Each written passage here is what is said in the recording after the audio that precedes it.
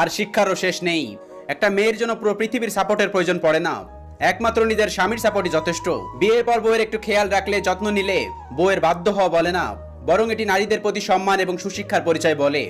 স্ত্রীকে কষ্ট দিবেন না, কারণ আপনার পাঁজরের হাড় দিয়ে তাকে সৃষ্টি করা হয়েছে। তাই স্ত্রীকে কষ্ট দিলে ঘুরে ফিরে আপনি কষ্টটা নিজেকেই দিবেন। বিয়ের পর মেয়েদের ফোন কল লিস্টে একটা নম্বর অবশ্যই থাকবে, সেটা হলো মায়ের নাম্বার। বাড়ির বউ তখনই লক্ষ্মী হয় যখন সে চোখ থাকতে অন্ধ আর মুখ থাকতে বোবা হয়। একটা মেয়ের জীবনের সবচেয়ে বড় উপহার হলো একজন কেয়ারিং হাজবেন্ড, আর সেটা সব মেয়ের কপালে জোটে না। একটা মেয়ের জীবন বিষের মতো হওয়ার একটাই কারণ, খারাপ স্বামী। আর একটা মেয়ের জীবন সুন্দর হওয়ার জন্য একটা ভালো স্বামী যথেষ্ট। বিয়ের আগে মা বলে, বিয়ের পর যা করার করিস, এখন না। বিয়ের পর বর বলে, বিয়ের আগে যা করার করেছো, এখন সব বন্ধ।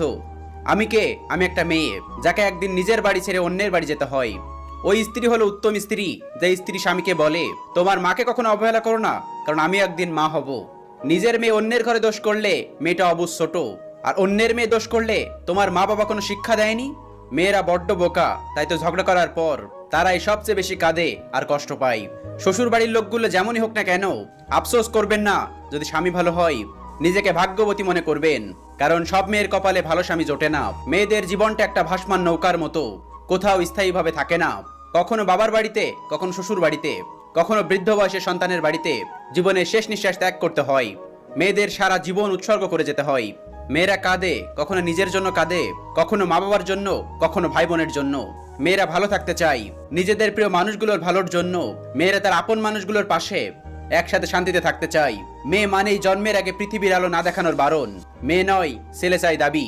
মেয়েদের জীবন বড় অদ্ভুত, মেনে নিতে নিতে আর মানিয়ে নিতে নিতে জীবন শেষ। বাবা আর মেয়ের সম্পর্ক সবসময় এত সুন্দর হয় কেন জানেন? কারণ মেয়েরা জানে পৃথিবীতে অন্তত একটা মানুষ আছে যে তাকে কখনোই কষ্ট দেবে না।